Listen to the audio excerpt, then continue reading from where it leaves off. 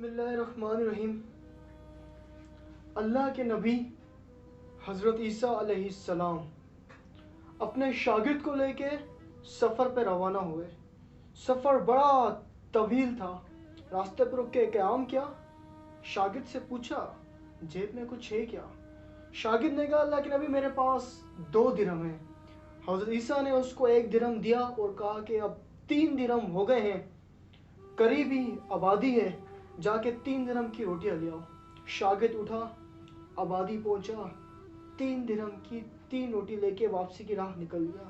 اب سوچ رہا ہے راستے میں کہ روٹیاں 3 ہیں، ہم 2 ہیں، آدھی روٹی اللہ کے نبی کھائیں گے، آدھی روٹی میں کھاؤں گا، میرا حصہ دگنا ہے، نصیب مجھے آدھی روٹی ہوں گی، تو کیوں نہ 1 روٹی میں راستے میں کھا لوں، بچیں گی 2 روٹیاں جس میں سے 1 اللہ کے نبی کھائیں گے، 1 میں کھا لوں گا۔ اس طرح شاگرد نے 1 روٹی راستے میں کھا لی۔ 2 روٹی لے کے حضرت عیسیٰ کی بارگاہ میں حاضر ہوا۔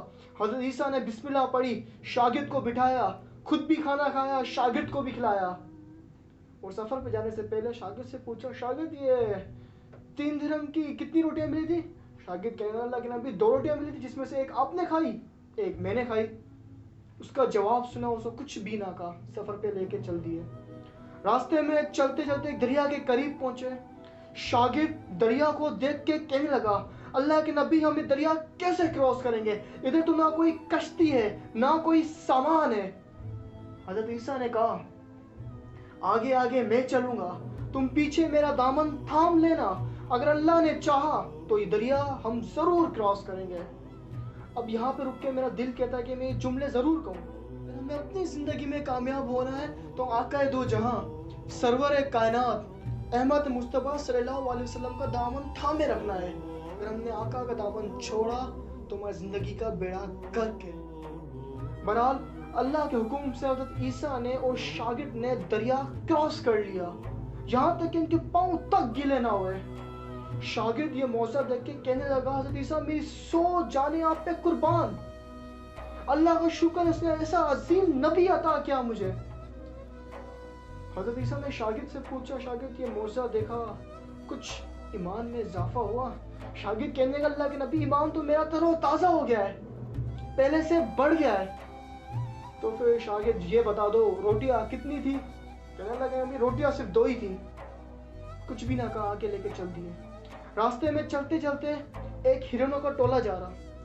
حضرت عیسیٰ نے ایک ہرن کو اشارہ کیا، دوڑ کے آپ کی بارگاہ میں حاضر ہوا، ہرن کو ذبح کیا۔ حضرت عیسیٰ نے خود بھی پکایا، خود بھی کھایا، شاگرد کو بھی کھلایا۔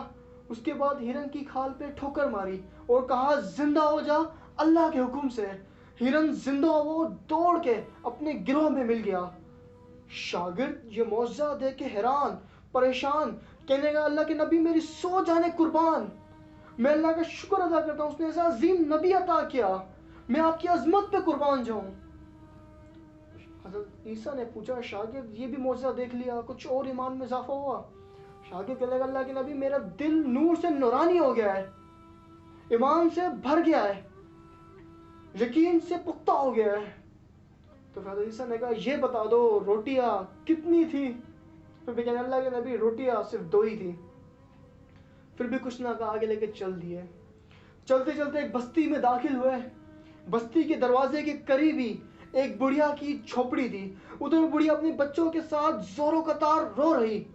حضرت عیسیٰ نے رونے کا وجہ معلوم کی تو بڑھیا کہنے لگی اللہ کے نبی میرے شوہر کا انتقال ہو گیا ہے، میں سمجھتی تھی میرے بچے بڑھاپے کا سہارا بنیں گے، مگر میری بدقسمتی یہ ہے ان میں سے ایک اپاہج ہے، ایک نابینا ہے۔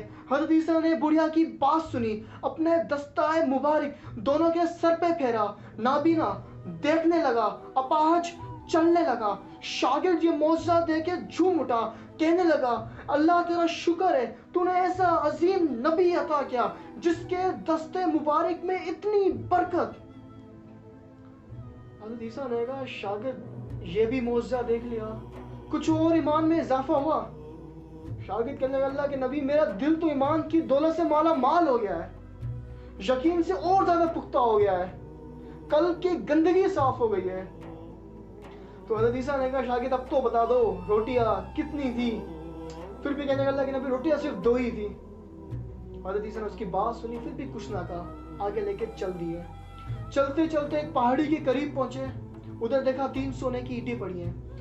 حضرت عیسیٰ نے شاگرد کو کہا، شاگرد اب بات یہ ہے، ان 3 اینٹ میں سے ایک اینٹ میری، ایک اینٹ تمہاری، ایک اینٹ اس شخص کی جس نے وہ تیسری روٹی کھائی۔ یہ بات سن کے شاگرد کہنے لگا، اللہ کے نبی، تیسری روٹی میں نے ہی کھائی تھی اور روٹیاں بھی 3 تھی۔